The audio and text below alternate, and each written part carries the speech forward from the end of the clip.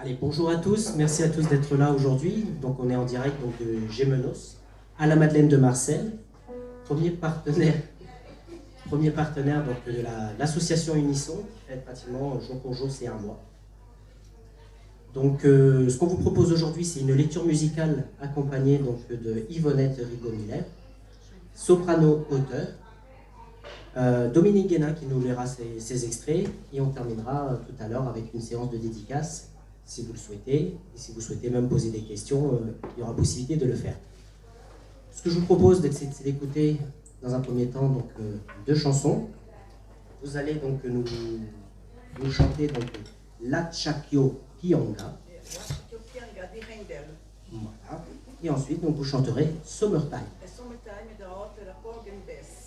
Voilà, écoutez, on vous écoute, et ensuite on enchaînera donc, sur les extraits avec Dominique Guérin. Merci à vous.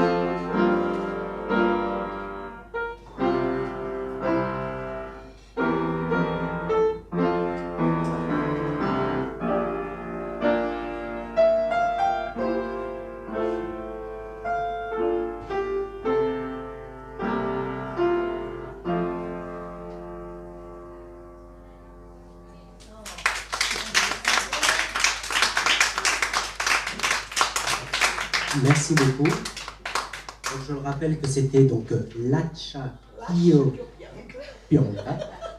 Voilà, donc merci à vous. Et maintenant, vous allez nous interpréter donc Summertime de Broken Bay. C'est Summertime et c'est un air où Clara, elle est en train de bercer son bébé. Elle chante des chansons pour son bébé s'endormir en disant qu'il ne faut pas qu'il pleure. Sa mère est belle, son père est riche parce que le coton pousse, mais elle ne sait pas qu'il va venir un ouragan qui va tuer tout le monde et son enfant va devenir un enfant de rue après. Une triste histoire. À ce moment-là, elle ne sait pas. Elle berce son enfant toute contente, son bébé dans les bras.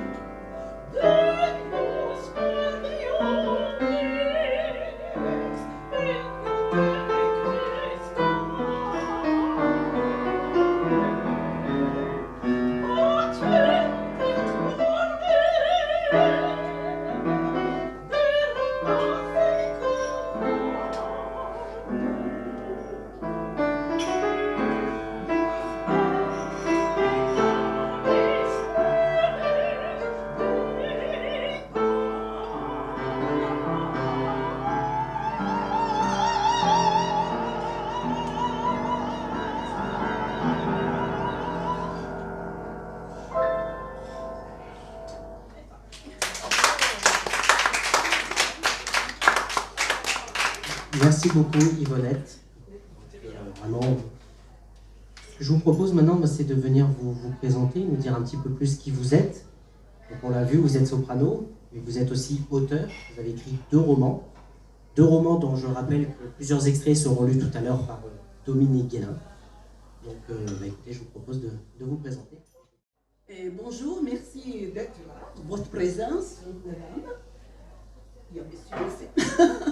Bon, a priori, je suis musicienne, je suis soprano, j'ai commencé à la musique à l'âge de 10 ans, et avec le piano, et après 6 ans de travail au piano, j'ai passé au chant, parce que j'étais passionnée par le chant.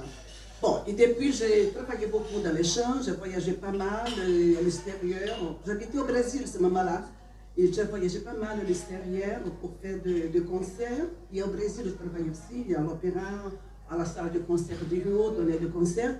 Mais j'ai toujours aimé écrire. J'écrivais dès que j'étais jeune fille.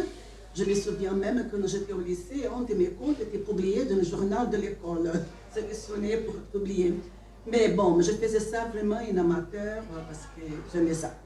Et finalement, quand je travaillais pendant 4 ans à l'église de la Trinité, parce que je travaillais pour la préparation de repas de personnes sans-abri qui venaient manger à la Trinité.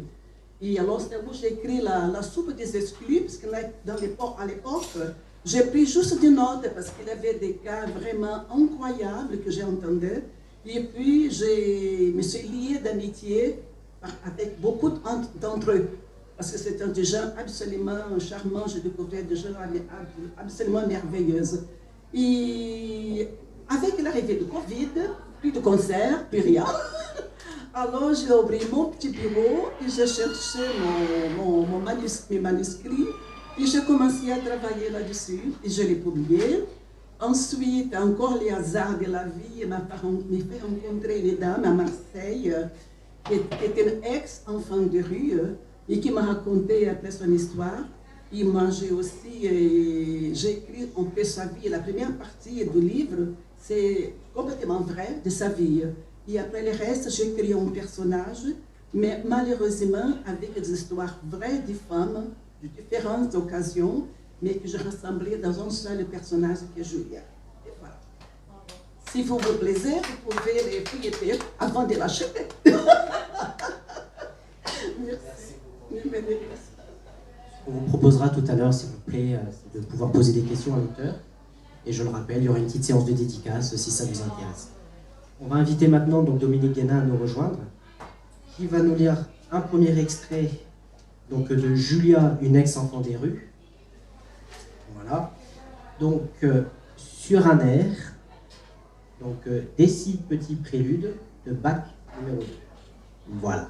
Donc, Julia, une ex-enfant des rues, extrait 1, chapitre Son enfance, par Dominique Guénin. Merci.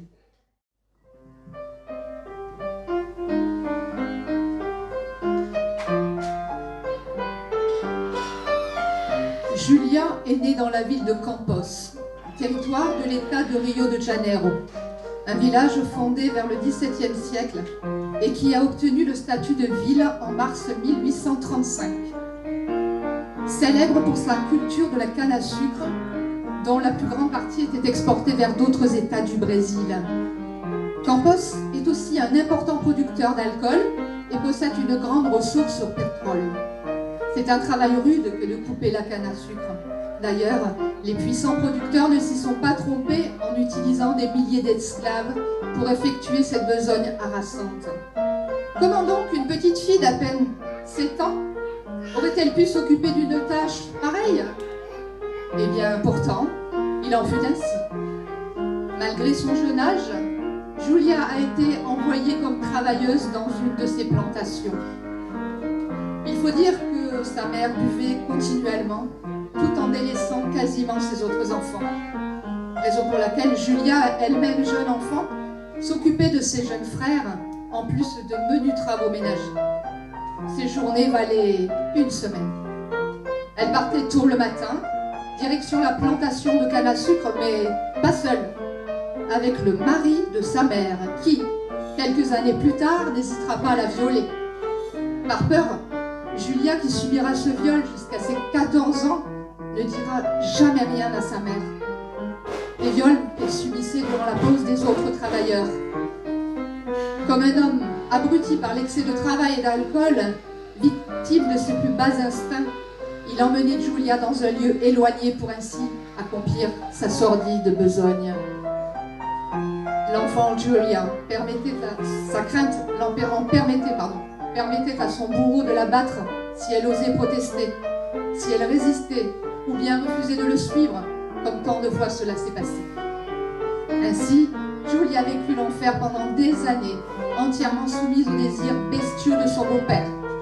Puis, un jour, ne pouvant plus supporter les maltraitances de sa mère et les agressions sexuelles de son beau-père, elle profita d'un moment de repos de ce dernier pour s'enfuir. À la suite de cette fuite, Julia est devenue une enfant des rues, un être plein d'innocence, forcé à fouiller dans les poubelles pour manger. Entre deux ventes de petites bricoles pour avoir un peu de sous, elle dormait dans les rues, seule. Son instinct fut, à cette époque, sa seule armure. Ainsi, ne s'est-elle jamais associée au groupe de délinquants. Grâce à quoi, d'ailleurs, elle échappera au massacre de juillet 1993, celui des enfants des rues, par la police, qui s'est déroulé devant l'église de la Candelaria, au centre de Rio de Janeiro. Par chance, ce jour-là, Julia était allée dormir ailleurs. Sur les marches de l'église, on dénombrera une 50aine d'enfants morts. Si Julia ne savait ni lire ni ni écrire, elle essayait par ses propres moyens d'apprendre. Hélas, comme tant d'autres jeunes filles quittant leur province pour la grande ville de Rio de Janeiro dans le but de se trouver du travail, Giulia s'est prostituée. Sans papier, sans famille, que pouvait-elle faire d'autre? Ainsi, elle a traîné comme des milliers d'autres enfants sur les trottoirs, espérant qu'un client ou un protecteur vienne l'extraire de cette vie de malheur. De la rue du Passeio au centre de Rio, elle promenait sa silhouette, acceptant toute proposition, offrant son jeune corps en échange d'un peu d'argent ou d'un repas pour calmer sa faim. Hélas, les hommes à qui Giulia se donnait étaient de basse condition, sans richesse. Et ma foi, cela lui importait peu. Pour elle qui mourait de faim, un bout de pain, une poignée de riz, devenait un festin. D'un fort caractère doublé d'une envie de vivre, elle se donnait sans honte et sans mauvaise conscience. Après tout, il fallait bien survivre. Et puis, son corps était son seul atout. Les hommes rôdaient autour d'elle quand elle se promenait devant l'école nationale de musique ou devant les théâtres et cinémas du centre-ville. Très tôt, elle avait compris qu'elle plaisait aux hommes et qu'il suffisait que l'un d'eux se la prenne avec lui pour que sa vie change. Mais voilà, lequel de ces hommes? C'est qu'ils étaient sales, mal abriés, souvent grossiers et brutaux. Mais dotée d'un caractère joyeux malgré tout ce qu'elle endurait, Giulia continuait de garder au fond d'elle l'espoir qu'un jour, il la sortirait de la rue, que grâce à lui, elle mangerait à sa faim. Bien sûr, toutes ces pauvres fillettes qui déambulaient sur le trottoir croyaient en ce même rêve. Des rêves qui leur permettaient de ne pas se rendre compte du mépris que la société avait envers elles. Les jeunes filles et les professeurs qui sortaient de l'école nationale de musique ne les regardaient même pas. Quant à moi, ayant à peu près le même âge que ces jeunes filles, je les regardais discrètement me demandant pourquoi elles étaient là et d'où elles venaient. C'est seulement bien des années plus tard que j'ai compris le malheur de ces filles, qu'elles étaient les fruits de la misère et de l'abandon. Je ne comprendrai jamais pourquoi, jamais comment on peut profiter à ce point de la misère et de la faim. Pire, comment on peut conduire un autre être humain sur le chemin douloureux de la dégradation morale et physique, surtout lorsqu'il s'agit d'enfants, de très jeunes filles ou de garçons. Bien sûr, je ne suis pas naïve au point de croire que la pauvreté et la misère sont les seuls responsables. Il faut avoir une extraordinaire santé mentale pour résister à la tentation d'avoir une vie meilleure par le chemin le plus court possible et le plus terrifiant. Seule, la solidité et l'amour d'une famille peuvent éviter une pareille chute dans l'abîme. Ma Giulia a certainement été en manque de tout cela jusqu'à ce que sa foi en Dieu la sauve.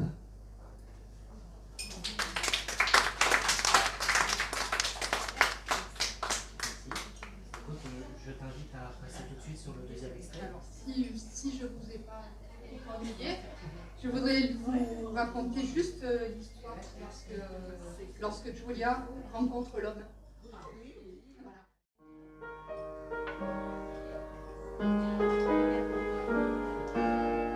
Le soir où Giulia a rencontré l'homme, il pleuvait fortement. Elle marchait sur le trottoir, toute maigrichonne et trempée jusqu'aux os. Des crampes dues à la faim la faisaient se tordre, car voici 2 jours qu'elle n'avait presque rien mangé.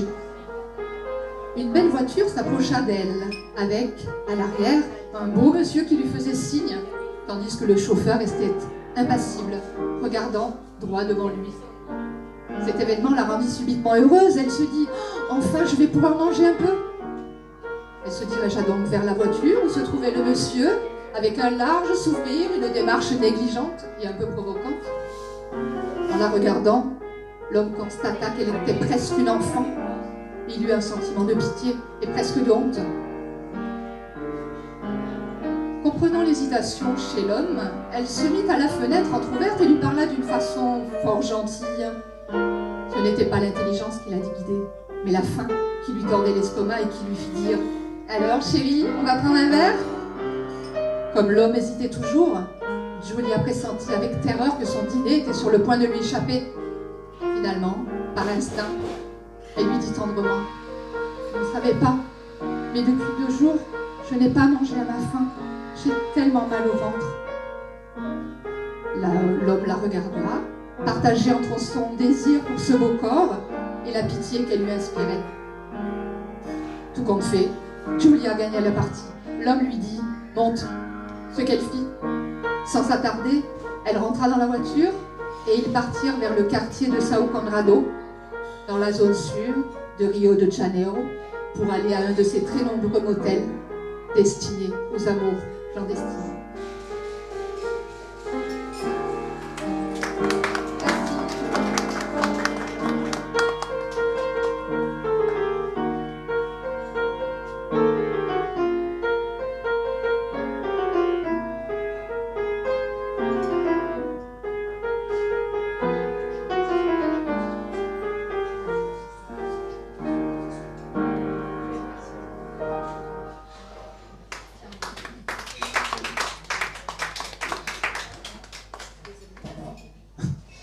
Bravo, donc c'était donc Julia, une ex-enfant des rues, sur un air de Leciti Prélude de Bach numéro 2. Est-ce que vous avez des questions sur ce livre, d'abord, avant d'enchaîner sur le deuxième extrait?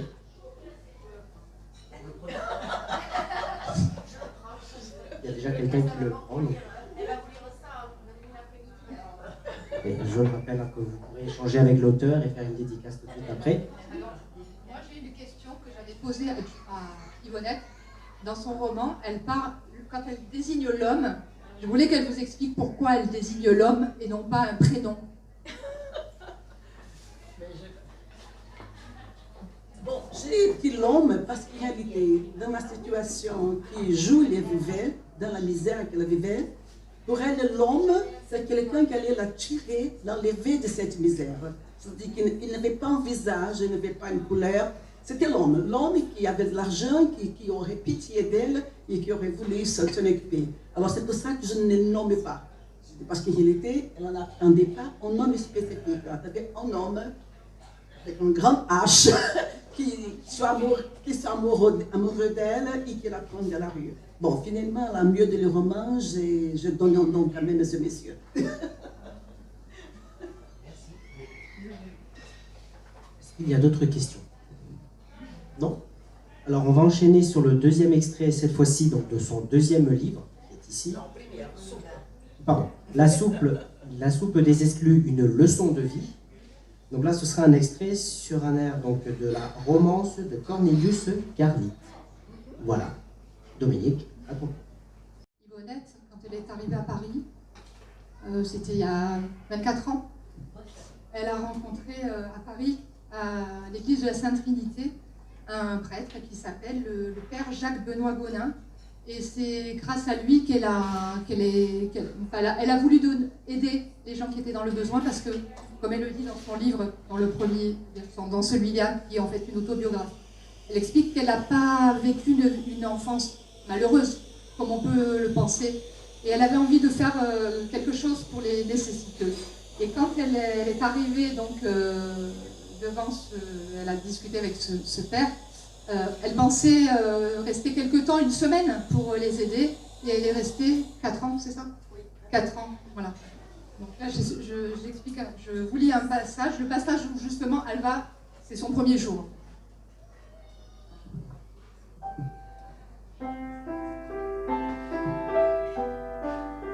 Le bonheur complet n'existant pas, ou très rarement, je me suis décidée à regarder un peu ceux qui sont vraiment dans la souffrance et qui manquent de tout.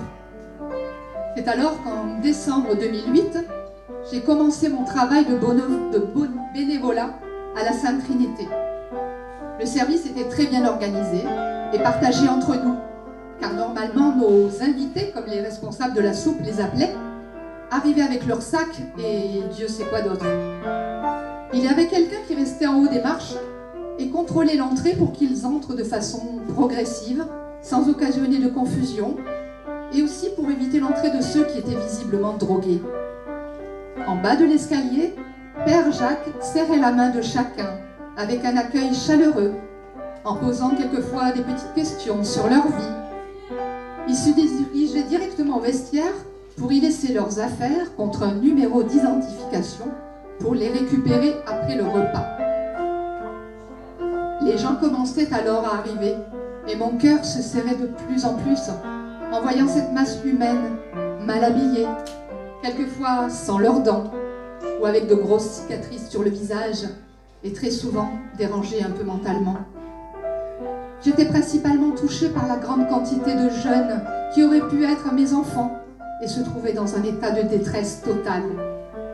J'ai cherché à leur parler un peu, à me renseigner un peu sur leur vie, tandis que n'osaient même pas me regarder. J'ai rencontré des jeunes venus de toutes ou presque les parties du monde. Polonais, Chinois, Indiens, Américains, Noirs, Africains ou des îles et énormément de Français. Normalement, ils se rassemblaient par rapport à leur nationalité.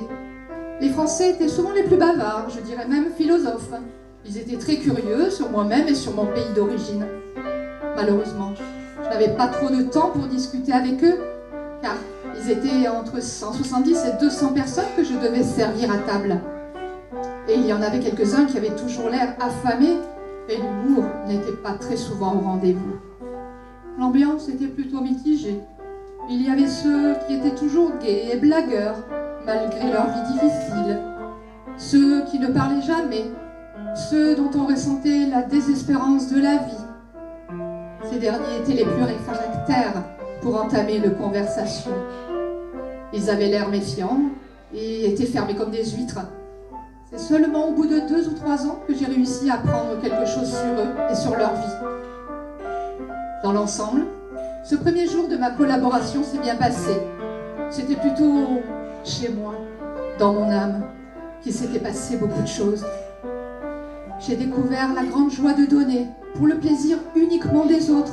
J'avais l'impression qu'un grand rayon de soleil était rentré dans mon cœur, et j'ai encore presque honte de ce sentiment.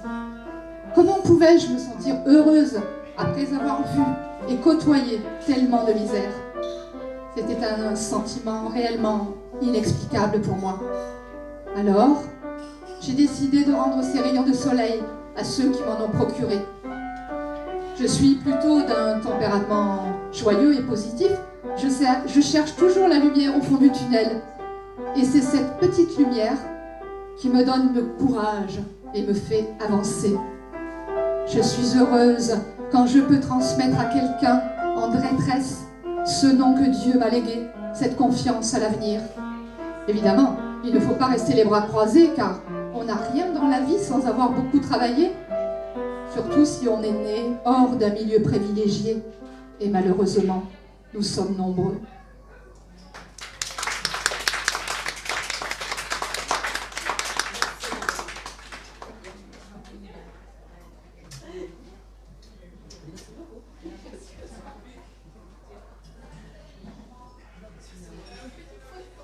Merci à toutes les deux.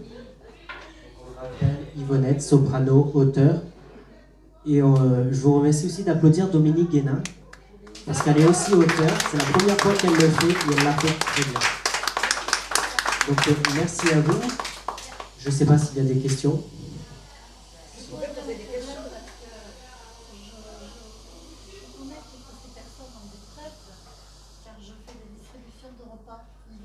D'accord. Écoutez, merci à vous d'être là aujourd'hui.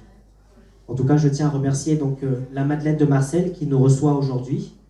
Je sais qu'elle voulait dire un petit mot. Je vais la chercher, Dominique. En tout cas, merci à tous d'être là. Je ne sais pas, Alice, si tu veux rajouter quelque chose. Non. Yvonnette, si vous voulez rajouter quelque chose également. Non, juste vous remercier pour votre présence. Madame qui s'est déplacée de Marseille pour venir. Ah, il y a des Marseillais. Je suis d'une de mes amies à Paris. Merci beaucoup. Merci à vous d'être là. Merci. Merci à vous, mesdames. Merci à tous. Ok, merci. Merci à l'association Unisson. Oui, merci. Tiens, je vais justement inviter Dominique Guénin qui va venir nous en parler de cette association.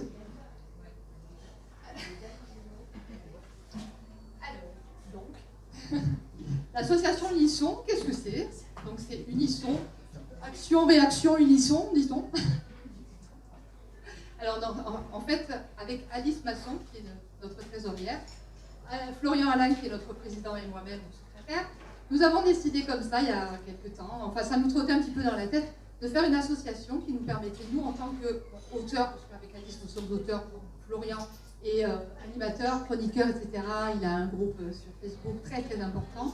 Et il est passionné de littérature, etc. Donc on a eu envie de faire quelque chose qui permette d'aider à la création artistique sous toutes ses formes. Donc bien sûr, comme on connaît la littérature, on commence par ce qu'on connaît, mais comme vous avez vu, on l'étend aussi à la musique, au théâtre, au cinéma, la peinture, tout ce qui peut rentrer dans le secteur artistique et qu'on pourrait aider à se produire ou faire des choses. Alors nous, on a dans l'idée de faire des choses qui sont un petit peu différentes de certaines associations où c'est un salon qui est organisé et voilà, par an. Voilà. Nous, on a envie de faire des petites choses à la limite plus intimistes dans des endroits très différents. Donc on a des partenaires très, très sympas, donc la Madeleine de Marcel, on a des partenaires aussi autres comme Cultura, comme des lieux sur Marseille, comme, voilà, qui sont prêts à nous accueillir pour faire des choses. Alors, on a le salon de Gémenos qui a été organisé cette année, ici dans la cour des Granges, et qui aura lieu l'année prochaine également.